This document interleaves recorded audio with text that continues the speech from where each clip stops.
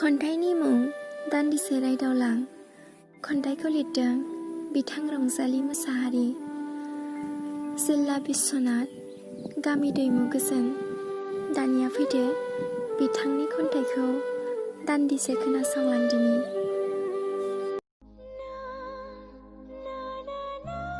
सम मोनोब्ला जुलिनि सिगां आंखौ दान्दिसे रायदावलांफै। नोंनि खुगानि गोदै गारां आंनि खोमायाव फंनैसो रिंखांहोलांफै। सानैजों सुजुनाय सिमांफोरखौ अराय समनि थाखाय खोमोरना दोनलांफै। गोरोन्थिया मामोन आंनि? हायोब्ला फोरमायलां।